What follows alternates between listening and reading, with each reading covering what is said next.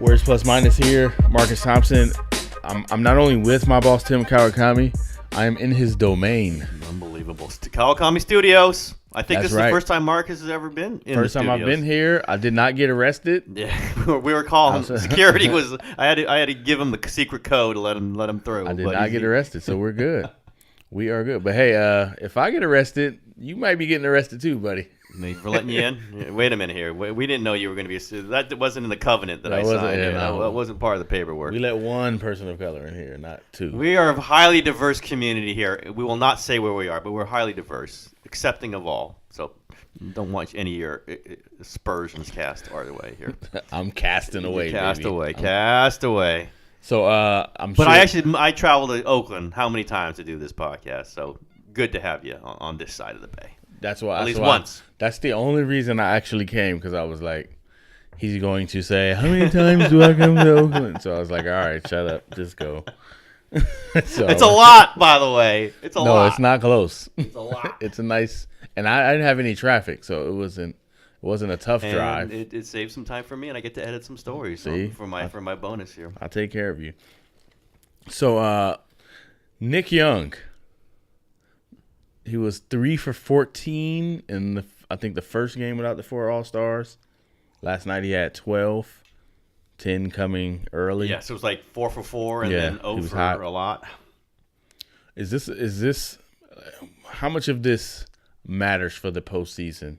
And I wonder if the Warriors brass are starting to get worried that he may not be able to produce in the postseason. Well, I think they're definitely worried that he may not produce. But I don't think they got an option. What's their option? To put, Patrick McCaw might have been Cook but for all that we criticize Nick Young on his defense, he's at least 6'5". Yeah, he's 6'5", and he can kind of stand and get. He's got his arms in the way of some things. He's loses focus. He's not always hustling, but he's 6'5", and we know that Steve Kerr 6'5" makes opponents not say go attack him. Now they right? still kind of the best guys can, but some like the secondary third tier guys don't go at him. We've seen if you that. look at Quinn Cook, it's like everybody's going to say, "Hey, mouse in the house." He's too small, and he's not, he's not a veteran NBA guy. So they just can't play him. Let's just say they can't play him and Steph ever. And you can fake Nick with Steph, and Steve did it all the time to close first and third quarters, last 4 minutes when Clay sits. So they're really, the other option is Patrick McCaw, and he's going to get minutes, but he can't shoot. It's a problem. So Nick Young, I think, just for the foreseeable, is just see if he can make 2 shots in a 4-minute stint, and get hot one time. And then he gets hot one time. If he has 2 good games in the playoffs, that's worth $5 million. You have to assume. Well, it's not worth $5 million. It's worth the $5 million to them. That's what he's here for. It is why he's here for. It's why, and there's no one else to do it. There literally is no one else. I was talking with an NBA executive. What else would they have done other than give him 5.2? Now, they could have given him less, but I'm saying, what else could they have done? And he said their only other option would have been to bring back Ian Clark. That was it. No, who else was out there? Tyreek Evans was out there. But he didn't really want it, right? He didn't want the gig. He took 3. Yeah, but I think he thought he was going to be a starter there. Yeah, no question. And he kind of was, or is. But I think... I don't know if Tariq they Evans wanted him. Yeah, Tariq Evans is better. I don't know if they wanted him, though, at the time. Tariq's agent used to be? Bob Myers. Yeah, so... I don't know how they can't go hard sell on Tariq Evans and convince him. Yeah, that was for some reason. I don't. We both. I just thought he would get more money. Yeah, I thought he would get $10 million, and then he ends up getting a 1-year deal for $3 million, and it's like, well, why you didn't get him? Yep. But maybe they thought he would get $10 million and didn't even try. Yeah, I just didn't even hear his name with them, and the other option was bring back Ian Clark, which they weren't going to do. So it just. They were limited. That's 0 for 2 right there. Because I take Ian Clark. I think I would too at this point, and he wasn't $5.2 million either. But there isn't anybody else. Someone has to play those minutes, and that someone Kerr is always going to be that person to be 6'5", 6'4", 6'6", and it's Patrick McCaw or Nick Young, and it's not going to be Patrick McCaw. I think we've all seen it. He can't shoot the ball. He can't finish. There's some issues there. And even then, like you say, okay, he's defensive minded. Go put him on. He's not that good defensively right now. He's not. Just go put him on Chris Paul. Definitely can't put him on a Kyrie type. No. Yeah. So it's Nick Young. They're just going to have to see if he a couple games he'll shoot him in, and a lot of games he'll shoot him out. And then You're not killing the team one way or the other because it's still going to be Steph, Clay, Durant. That's what it is. He's just a supplement, and I don't think they can go with anything else. And then maybe in these games, while all these guys are out, and I know Durant's going to return tomorrow, he gets that game where he makes 5 and he feels good and going into the playoffs. He's going to keep shooting. We know that. The one thing I was noticing is he's never on balance when he shoots. He does not shoot on balance. He can't shoot on balance. And if he starts on balance, he's going to take himself off balance to shoot. Strange to me, but maybe that's who he is. And which makes him not a good catch and shooter. It's like he's coming off screens and he's not. It's like Clay squares up. That's what he does. Nick leans left. Every shot is like a fade. Yep. It's like a fading to his left shot. And at this point, at this age, he's not good at it anymore. The part that's odd is, hey, he said himself, playing with the 4 All-Stars is kind of hard, which was surprising to me. It's like, Nick Young, you're here because you don't have a conscience, right? So now you get around these All-Stars and you have a conscience. And then they leave and you can't make shots. Yeah, that's the problem. Right? It's like, so I'm like, okay, this is your time to kind of build your comfort. He's not producing when he's got unlimited shots and opportunities, and he's not producing in the limited opportunities. Now, look, we both know playoffs are a different beast. And if there ever was a time that you could kind of shift the mental gear and say, all right, the regular season doesn't matter, these Warriors can do that, right? And he could just probably try to get in some other zone. But you got to start wondering, is he going to be able to do that in the playoffs? Yeah. If it's you and Quinn Cook and you look at each other and say, look, we got to go get 50. I mean, what better environment would that be for Nick? It's like a full game of garbage time. Yeah, go get full 50. Game of it. Me and you, Quinn Cook, let's go get 50. Yep. Now, Quinn Cook is getting his 20. Yep. So now I'm starting to wonder if playing with the All-Stars is puts a lot of pressure on him. He said it. He said, literally, I told myself, I got to stop acting like a punk out there and just shoot it, right? So he's intimidated by being with the All-Star. No All-Stars. He's struggling with his shot. So now what happens? He needs half the All-Stars. He needs 2 of them. No, not too many of them, but not none of them. And you throw in playoff pressure. Yeah, it's very surprising to me that the guy who we've all known to be without a conscience, carefree, how this is weird to see him first struggling to get his shot off, wanting to shoot, hesitant about shooting, now not taking advantage of I don't know what's the mental makeup of Nick Young going into these playoffs. It's not good. I mean, I literally think before all these injuries happened, Kerr was just trying to steal minutes with him. It wasn't even I might get some just steal minutes because there's no one else to do it because Caspi couldn't do it because McCaw was hurt and not scoring.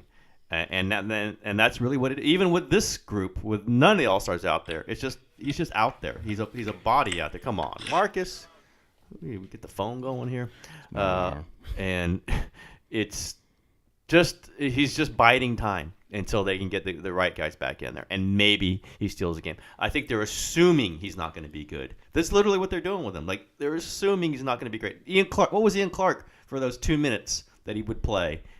It was okay, he's probably not going to be real good. But he'll give us a backdoor cut. Exactly, and then you have to defend him, and then we're going to get Steph and Clay back in here. And that's kind of what Nick Young has. They were hoping to upgrade from that, and they did not. And they probably went down a little bit in terms of consistency. But I just think they wanted a bigger guard. They didn't like playing. Ian is small, and Kerr likes bigger guards. We know this. And Sean Livingston, and we know Myers does. Sean Livingston, those are his kind of guards. McCaw is his kind of guard. And so Nick is just not fit into that. And Nick certainly doesn't fit on that second unit at all because that's a brainy unit. He was supposed to be on that second unit, kind of that brainy, but he can't fit with David West, Sean Livingston. No way. The unit says, hey, man, we need somebody to score. Nick, can you score? What? This is what I do. I'm 11 years in, and somehow – can't do it. He can't do that. Can't move. I don't know what's going on there, but and he's playing. It's all going to go away. He's going to have 20 in a playoff game in Portland. He'll have podium, right. He'll have a couple podium games, and it'll be Swaggy P. This is why we're here. Yep. And if he does that, hey, fine, right? Go. Yeah, I'd say the over/under of that is one of those. One of those games. And two makes it worthwhile. 3 is, and if one of them is Houston, right. Houston, Oh, that's man. like that counts like as 2.5 right there. If he gets 3 of them, he gets a new deal somewhere else. Yes, not from the Warriors. No, they're not signing him, but somewhere else he can get a new deal. I don't think he's. No, if he has half a good game against Houston, that's all they can expect, and not be disastrous And otherwise. to be clear, half a good game is making the open shots he gets. Yes, It's two not or three of them. Go and guard James Harden or no. Chris Paul. It's not rebound. It's not pass the ball. It's not get triple doubles. It's make the open shots and you get. Kind of bother Eric Gordon when he's out there, but don't have to stop him. That's all. But I don't have high expectations for this. It's just getting minutes. But you know what? That's where they're down to. Just get minutes. Just get a minute. Speaking of high expectations, Steve Kerr Your comes guy. out. Podcast favorite. We can beat anybody without Steph. The 96 Bulls, the Showtime Lakers, Bird, Parrish, McHale, Celtics. Bill Russell, Celtics. You bring them on. Line them up. We can beat them without Steph. If you're Steph Curry, what are you thinking? I'm getting back. Yeah. Oh, yeah? And I'm getting back in there. It's all so blatant Kerr motivation. He's definitely out of the first round. Come on. And even if it's true, that to say it is such He's totally motivation. prodding Steph. And we can beat anybody without is so motivational. It's two things, right? You motivate the guys who aren't Steph. Like, yeah, he's right. We've won. You know, we've got Kevin Durant, we got Draymond Green, we got Klay Thompson. And it's motivation for number 30, saying, wait a minute here. I know he's just trying to motivate me. I understand this intellectually, but to hell with that. Watch when I come back. Watch that. Was he yelling in Portland in the overtime? I'm back. Yep, we're gonna see that. Then he hurt his knee again, and we went through a whole other process in 2016. But this is just the way Curry. Did you read that in a book or something? Like, I don't know. I'm back. Yeah, there might have been. Ben, he read that in a book, huh? Yeah. I think there's a book to be written about that. I don't know if it's been done yet, though. There's a book. It's been done. It may not have been done right, but it's been done. There's a book to be written about. It has been done. I don't know. I wonder. I did wonder if he felt a sense of. You know, I remember you wrote because you were in the locker room while I was out gallivanting. Yeah. You were in the locker room. I had to step up for you there. After the game when Steph got After hurt. I wrote about the Giants and Madison Bumgarner the same day, by the way. So, you know. And Marcus did say, hey, you want me to write on this Steph major injury? And you're like, I'm here. Yeah, I think I'm going to write about it. It's like, I'm here.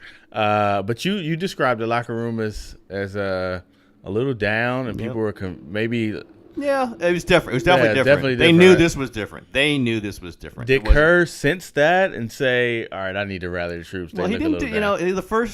That night he was the same. Yeah. He was just kind of, oh, okay. Well, if we get Steph back, and we'll have to get through it. I mean, he was as down as they all were. But yeah, I think he wanted a little shot. But it's not just that Steph's out. It's Draymond's out, Klay's out. I think Durant's out. I think he just wants the team to say, hey, wait a minute. We are still the Warriors. Yeah, let's remind people. Yeah, we are still. Poor Durant. We've forgotten about Durant. That guy, is he on a team still? He just does podcasts now. I understand. Not ours though. No, it's coming. It's coming. But I think this is cursing. Look, we're still who we are, and we still got Hall of Fame talent. We know they're not winning the championship without Steph. How about Larry Riley going on the radio and say, "Oh, there's no way they can win a championship without Steph." I wonder why would Larry Riley say that. I always say, "Why are people talking to Larry Riley?" But that's just me because I'm mean. Because Larry Riley drafted Steph Curry. He drafted Steph Curry. I think there's a guy in Maui who actually drafted Steph Curry, but that's a whole other piece. Someone should write a story about reconstructing that whole thing. That's what should happen. Someone did do that. It's never been done. They should do it. I also think they know that Steph is just this presence that is, everyone knows is they're just going to plug him in and they're going to be the Warriors again. So they're just kind of biding their time for when, and they want the right Steph back. They want and of course he's going to be motivated. It's a playoff, but they want the Steph with a chip on his shoulder, and we all know he gets Angry it. Curry. Yeah, we all know he gets it. We all know. And it's like the Michael thing. Like Michael knew he was just kind of making up stuff to be motivated, to be angry. And Steph does it in a different way, but it still does it. It's still motivates them. Like, oh yeah, okay, here's the real Steph Curry. You're gonna see it at the end of the first round, or where we're gonna see Remember it. that? Like you would hear, somebody would say something in a note, or somebody would write something, and you'd be like, oh yeah, Steph saw that. Yep. He's gonna go off. Yep. And it was almost every time. It was like these like random players too, right? It was random. Yeah, it was random. I think backup two guard or something. It's oddly enough, they probably needed this to get back to that though, because it's been a kind of blasé season where they knew they were good. When's the last time we looked at the Warriors and said, "Yo, they might actually lose a playoff series"? Yep. It's been a long time since you felt that way, and maybe they needed this to get back to that. Oh, we got to play, because I don't know if I necessarily agree. I agree with Kerr that they can beat anybody. A single game. Yes, they can beat anybody, but I also think they can lose without Steph. Yep. If they come against Oklahoma City without Steph, that's going to be a problem. And that might be partly of again Kerr saying this. Like, we might not have Steph for this first round. It might be tough. Might even be for the start of the second round. We can't just say, like Durant was saying, Steph is the system, Steph is it, and we all say this and we all write it because it's true. He doesn't want his players going, oh, we're down 6. We don't have Steph. We don't have Steph. Forget it. You know what? This isn't going to work. And when is Steph coming back for Game 4? We'll lose Game 3.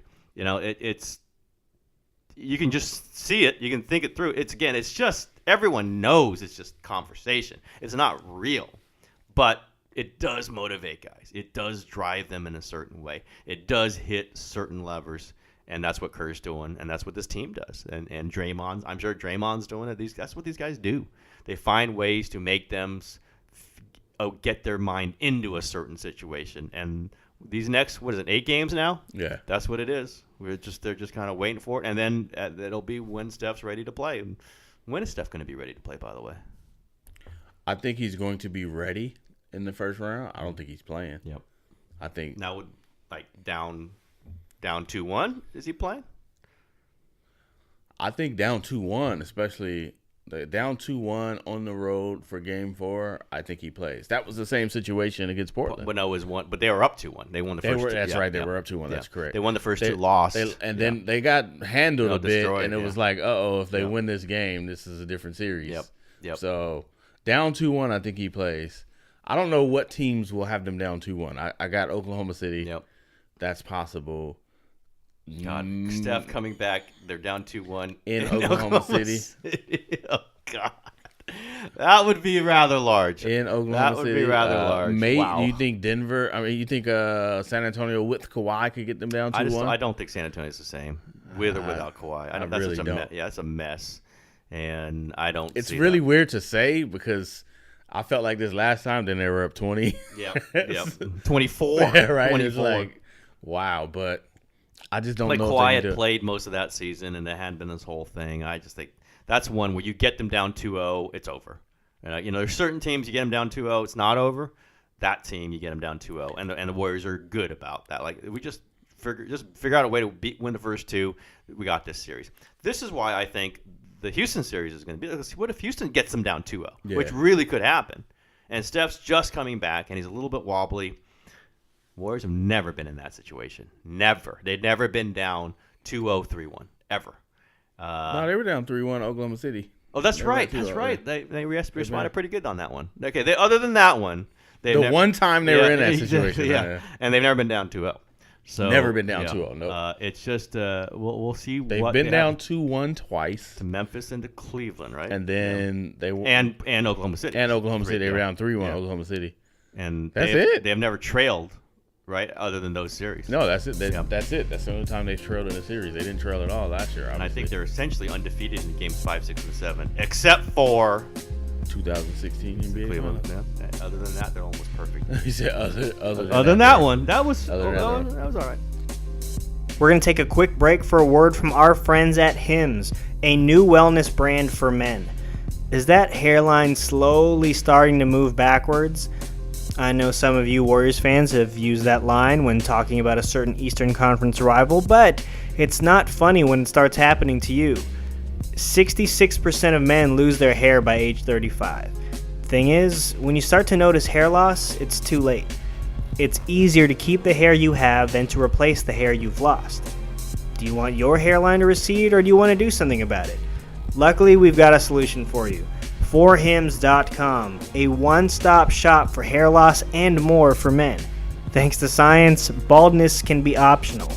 Hims connects you with real doctors and medical-grade solutions to treat hair loss. No weird snake oil pills or gas station counter supplements. These prescription solutions are backed by science. Save hours by going to forhims.com. It's so easy. Answer a few quick questions, a doctor will review and prescribe you products, and they are shipped directly to your door. Now is your chance to order. Warriors Plus Minus listeners get a trial month of Hims for just $5 while supplies last. See website for full details. This would cost hundreds of dollars if you went to the doctor or pharmacy. So, go to forhims.com/plus. That's forhims.com/plus. Now, back to Warriors Plus Minus. So just let's dabble in some conspiracy theory and then some conjecture. You know, I know Steve Kerr is probably not going to like this, but Steve Kerr is on the record saying Durant, LeBron, and Kawhi are basically the three best players. He said two-way. You know what he meant. Yep. You know, Steve Kerr forgets to mention Steph Curry at the cellar, and now he's saying Steph Curry, we can win without him. Is this just... Here's a question. Would he have ever said that about Durant? Ever? I mean, does he have to? No, They've already won. I know, Durant. but he would like What? from this. Is there something there? That's what I Yeah, wonder. yeah. Is there something there? Part of me is like, nah, there's nothing there, but then it keeps happening. It does keep happening. And it's like, maybe there is something there. I think part of it is that we all write that it's Steph. Yeah. That we do. And he sees it. And hey, he took this job because of Steph. I know that. He was telling me before he took this job how great Steph was. So He tried to draft to Steph. draft him. Somebody should write that story. Someone should write that story. Should talk to him and get all the quotes from him about he and Nelly. But I think it's like he does. You know, they do hear it over and over. They love Steph. The players all love Steph. Durant came here because of Steph. Draymond is Draymond because of Steph. Clay is Clay because of Steph. But maybe Steve is filtering it through his mind, saying, you know what? It's not just him. We do need someone to say it's not just him. Interestingly, you know, nationally, who's the most written about person on the Warriors? It's KD. Durant. It's not even KD, close. yeah. But locally, it's Steph. But the people that, you know, cover this team in an informed way, it's always Steph. Steph is the central figure. Always has been. He got the mega contract. Durant took less and took a one-year deal. And it's just the way, the order of things. And everyone gets it. But maybe, whether it's subconscious or right on the top of Steve's mind, and maybe others, maybe Joe Lacob, like isn't always, they don't want it always to be Steph, or you're done. Steph, or you're done. Steph, or you're done. They want it to be, look at this other great roster that we put together, including Hall of Fame players. Maybe, whether that's front of mind or back of mind, that might be part of this. And also, I think Kerr knows it motivates Curry. He knows it. Like, he just knows I totally think yeah. that's. I think he went up on the podium and made it public that he's not playing, in part because he knows. Like, how many times does Steph lobby to play? Yeah. Like, this is what they do. Yep. Steph lobbies. Kerr's like, nah, wait one more game. Yep. Need to get a couple practices. Nah, coach, No, let I me think, play. and I don't. It's like, okay, you know what? Let's go talk to Bob. That's not even like he allows Steve to win. It's like, let's go talk to Bob because it's a tie. If Steph says one thing and Steve says another thing, it's a tie. And Bob Myers breaks it. Yes. It's just, it's so interesting that, and that part of this is, I mean, let's be honest here. Part of it is because you can do this stuff with Steph. He's not going to. I mean, can you imagine if anybody ever said that about LeBron? Yeah. Oh God. Yeah. Oh God. Yeah. Oh God. I mean, who else could you? You could probably say that about Clay. I don't think Clay would. Yeah, Clay. And you know what? Draymond would like be fiery about it, but he would get the intellectualness of it. Yeah. Durant, you probably couldn't say it about. And you know, there's a lot of people you couldn't say it. There's about. a lot. Can you say that about James Harden? You Could not say it about James Harden. Couldn't say it about Chris Paul. You know, it's an interesting. Yeah, you could have said it about Tim Duncan. It would have been ridiculous. Yeah. But Duncan would have just like, what the hell? You could say it about Dirk Nowitzki. There's other guys you could say it, but yeah, Steph. It's okay, but he's going to remember it too, and he's going to come back. He's. I mean, they can say what they want now. He signed for 5 years, $201 million. It's like, what you gonna do, Steph? He's gonna With a hold no out. trade clause Hold and a no player option. Yeah, he'll hold out. Forget about it. It's a really interesting dynamic, though. That That's an interesting you point can kind of you bring up. use Steph as the punching bag to motivate others. Yep. Or you can say stuff and people like me and others on whatever might overreact and be like, oh, he did this to Steph. And you can Steve Kerr can always go to Steph and explain what I really meant, and it'll be fine, like it always is. Yep. And he may not even mean that, but it's just interesting when you see these dynamics and these relationships, and you really have to be careful about saying that stuff because they might take it the wrong way. I mean, we see LeBron and Tyronn Lue arguing on the bench. Well, I'm just saying, like, when has there been a roster like this where you could have done that? But can you imagine? Oh yeah, we could win without Kareem. We could win it. We could beat anybody with it. I mean, it would be over. He wouldn't have showed up for the next game. Or Shaq and Kobe. Oh my God, haven't covered that. Oh my goodness. Who I can imagine Shaq saying that about. Who could you say that about? Neither. Oh my God. I can imagine Shaq saying it. By the way, we could win without Kobe. Kobe practically said it. Kobe, right? in different stages of their career. Yeah, Kobe would not have said it early in his career, but late in his career, absolutely. He would say, "Get Shaq the hell out of here." But I'd say Duncan, and that's again when Kerr talks about Duncan and Curry being parallel. That's what he means. That you can coach through these guys. That they accept a lot of things and they think it through along with you, and they're motivated. And they don't let the outside kind of dialogue impact their relationship. I don't know about Duncan very much, but I know it's almost impossible not to at least feel the slight. The question is, you don't let it be that big of a factor. Yeah. So it's not like, I don't know, Duncan, I presume he's a human, which means if you slight him, he probably feels it. It's just not, he can like rationalize it away. I know Steph I know he feels it. It's like, ouch, that hurt a little bit, but like, whatever. And he still says a key smart stuff. Yes, still. He still will bring up. Remember AC Law played over me as like he feels it. Shout out Key Smart. The question is like he doesn't let it dictate the relationship or kind of burn it. Yeah, he understands what words are absolutely and what actions are, and words are words. Sometimes they mean a lot, sometimes they don't. He understands there's a difference. And when it came down to it, the Warriors paid him the ultra max. Absolutely. And it wasn't even a negotiation. And they know when there's someone to do something to speak for the team, it's Steph. And Steph has done it and will continue to do it. So, but a lot of guys can't do that, no question. Like Damian Lillard, if someone said, we could win without Damian Lillard. I mean, he'd go crazy. I'm out. He'd go insane. I'm out. And most of us would. The Athletic could win without Marcus Thompson. All right, bang. Where you at? Can I get a call? I'm calling okay, let's see then. I can't do the Kerr. I can't do it. I'm not doing it. I withdraw. You could do it though. You could do it. Because you come to me and tell me what you really meant. And I'd be like, all right. As long as I get that super max, we're good. Well, let's get off that topic. I'll be like, look, man, I could run this thing without TK. You'd be like, okay. Yeah, you got it. I would say that. Okay. Get up at 5:30 and then go to sleep at midnight. Edit this guy, edit this guy, edit this guy, edit this girl. How about let's do it for a week? Yeah. That's a whole other podcast. It's a whole other podcast. No, I just think maybe the other players kind of watch all this too. Like it affects all of them too. Like they know it's Steph, but there's a coach saying it's all you guys too. And Draymond loves that, and Durant probably likes that. Clay, who knows?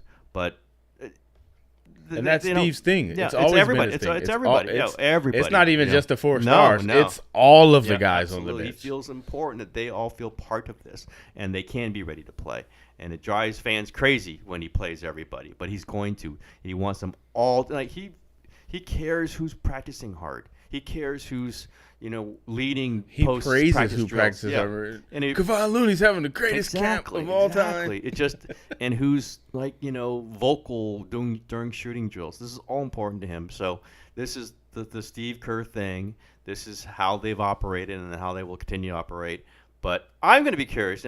Get out of this moment in 3-4 years, and Steph is there's a decline as it always is. What's the relationship then? What's the conversation like then? That's we all are in the middle of this, and it's hard to imagine. But when this thing turns a little bit, will he remember some of this stuff? There's no question he will remember it. And you will remind him. That's why. I certainly will be asking.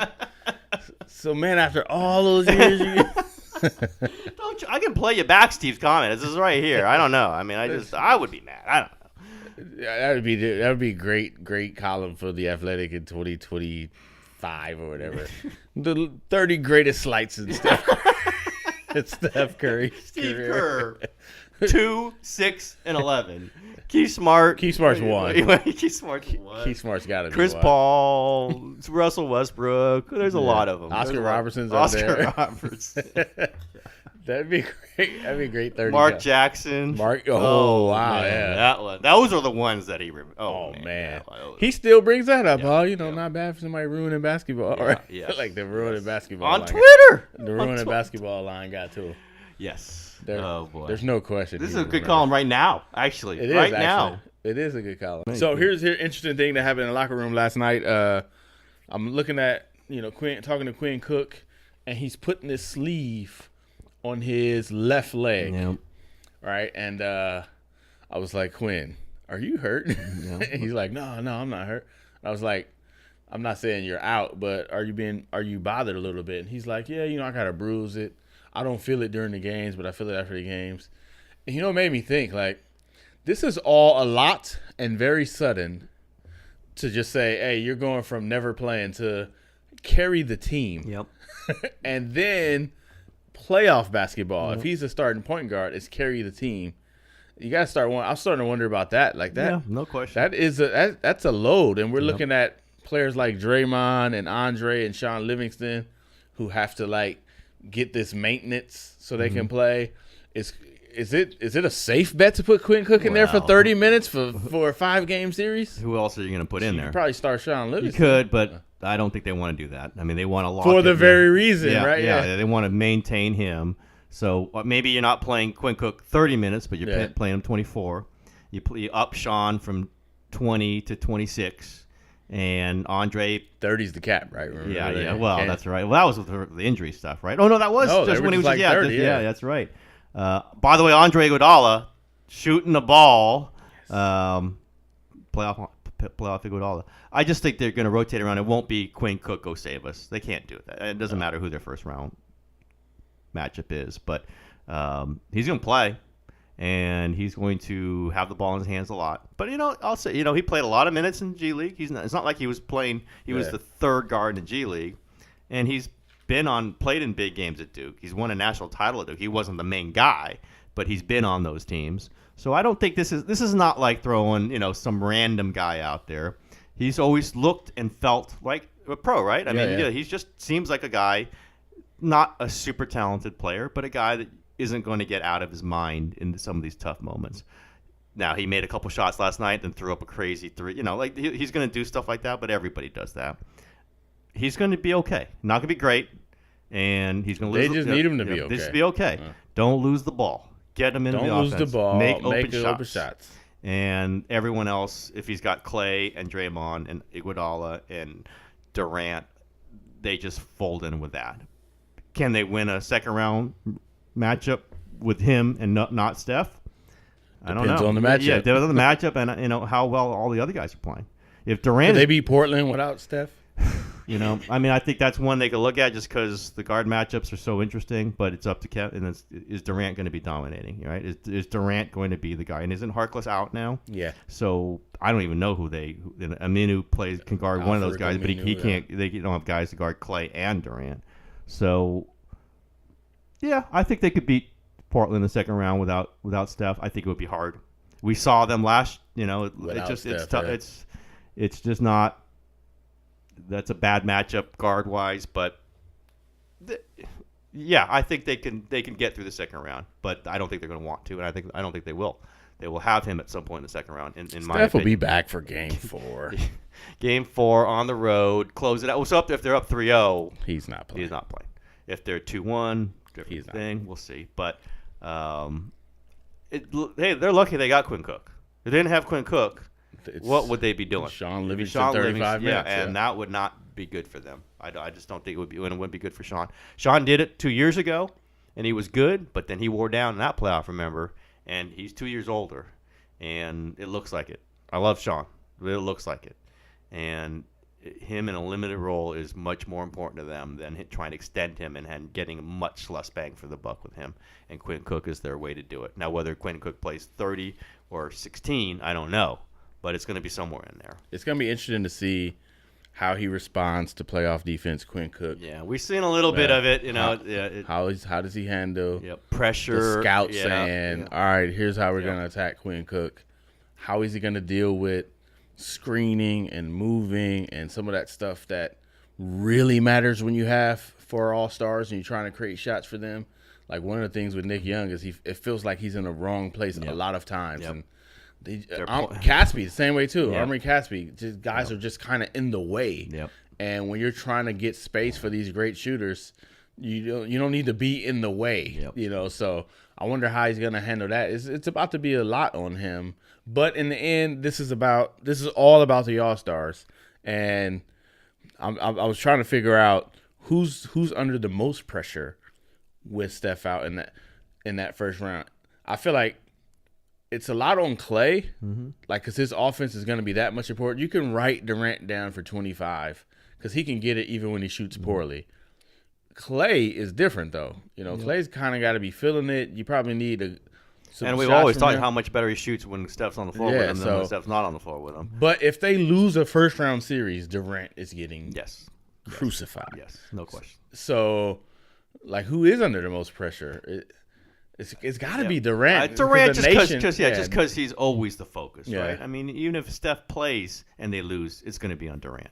But if you ask me, Draymond is always the second most important player on that team. So if you take Steph off the floor, Draymond is the most important player.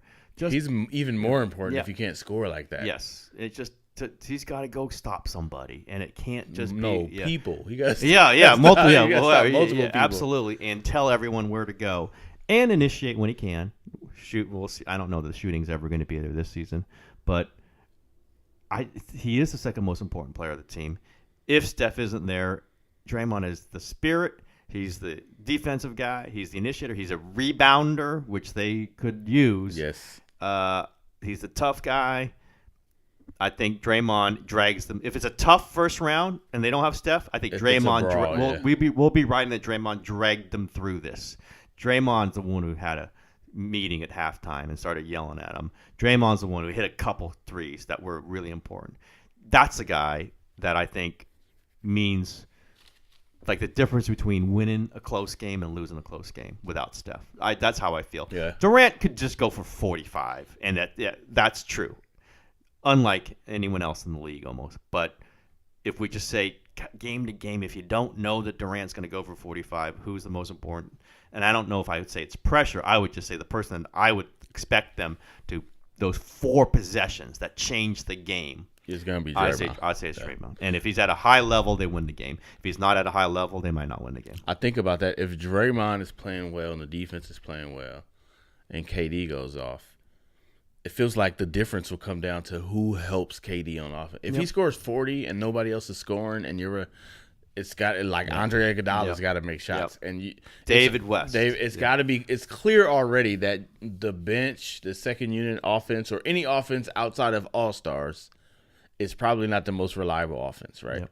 Maybe that changes in the playoffs, but if it's not, and you're asking KD to go get 40 to even supplement Draymond's great defense, Clay's got to make the shot. He's got to support. Because KD could play great, and he's still going to need some help on offense carrying this whole load.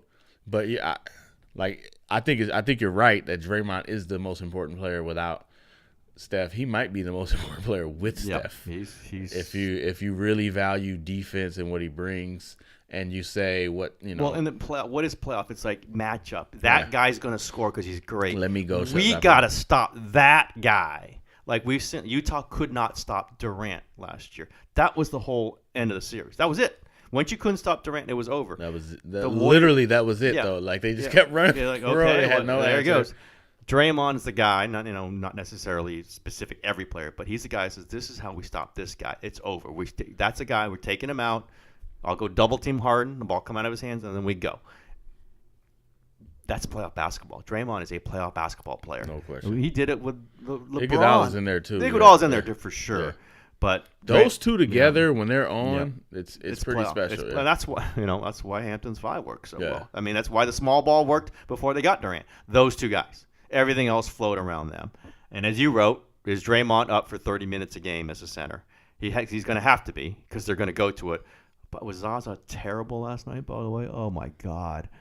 I don't know that they can play Zaza in the playoffs. At all. Who's the matchup? I mean, it ain't Houston. We know that. He's playing 0 against Houston. Minnesota, probably. Minnesota can bang around a little bit, but, he's going to chase Karl Anthony Towns around for how much? Gorgie Jang, he's going to light him up. He's going to be in there. So, he's going to play against Utah a little bit, but he's not going to play very much.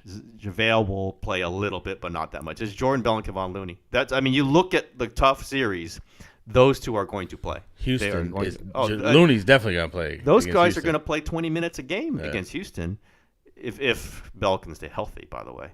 But there's going to be a huge need for Draymond Green to play center because they can't trust these other guys. I don't know how much they can trust Bell. They're saying they're going to trust Bell. We'll see. And Draymond, it's you. It's your with Steph at 100% or not 100%. Man, it's Draymond Green. The more I talk about it, the more I see it. It's just look at the tough teams for them to play. If Cleveland makes it through, Kevin Love's their center. If Toronto makes it through, they play Valanciunas some, but he's not especially not to close. Not to close, and he's not that big a deal. That's a guy you put Zaza on. Yeah, well, but no, he stands at 3-point line sometimes too. I don't know. He does shoot. Yeah, he does shoot. I don't see that as somebody they have to match up against. So Boston, Al Horford. Somehow they should make it. Yeah, it just is a Draymond Green playoffs. It's what it is. And I just see this. I just watched Zaza last night. He's not playing the playoffs. He's just it's cameo at best. And JaVale might be like, oh my God, you got to take him out. So then where you go? Looney and Jordan Bell. Those are your centers. And David obviously started the second and the fourth.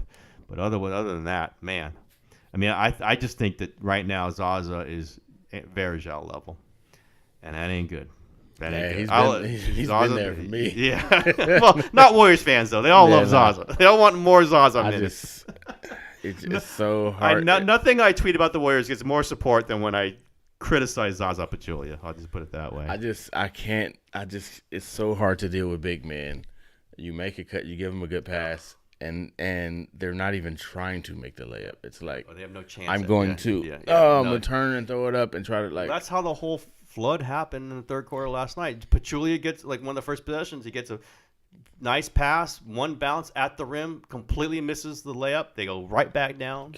Dunk. You just can't have that. You cannot have that. And it happens. There's no amount of good screening, no amount of passing to make up for the fact that when you get the ball inside of 3 feet, it might be it's a very low percentage of it happening. Yep. That's what I thought Damian Jones was going to be good at, but so far it hasn't happened. Yeah, we'll see next season. That's going to be an interesting one for me. Next season.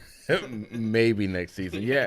I'm just gonna lean on Clay just because they're gonna need him. And Clay really lives a charmed existence with these Warriors because it's Steph, it's Durant, it's Draymond. If he plays well, it's like, wow, Clay is great. If he doesn't, it's like Kevin Durant is great, Steph Curry is great, right? Yep. It's never and all the other things Clay does. Yeah, right. It doesn't. It's never like, wow, they really needed Clay. And he, he could just kind of mask with that 16-point game, and he plays great defense, right? So, but without Steph, they're going to need Clay to score. Yep. He just has to do it. It's got to be from 3 too. He's got to make shots. They got to stretch. They got to space the floor. No question. Without Steph, you see that it isn't.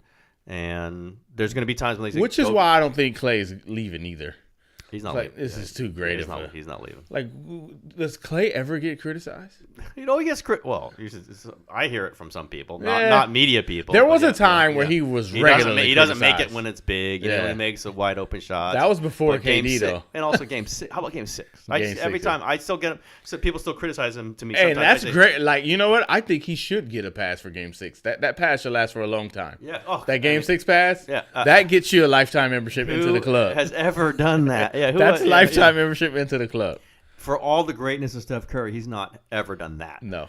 And not so at that level. Not that's- when you're out. I mean, Game 7 was a great game by Steph, Yep. but it wasn't the the February opponent's floor, 27th game, right? yeah. It wasn't that regular And season on the game. opponent's floor Yeah. with everything that was at stake.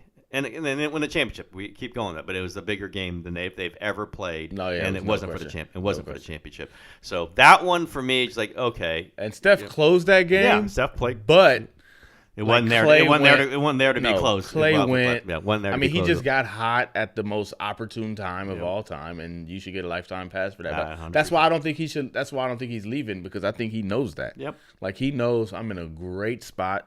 When I play well, it's great. Yep. And when I don't play well, Kevin Durant is really good. Yeah, Did you watch him? absolutely. Yeah, Steph Curry is really good. Or it's when you both don't play great. You go, oh my God, Durant played terrible. Yeah, right. That's what it is. Durant. So, yeah, come on, Durant.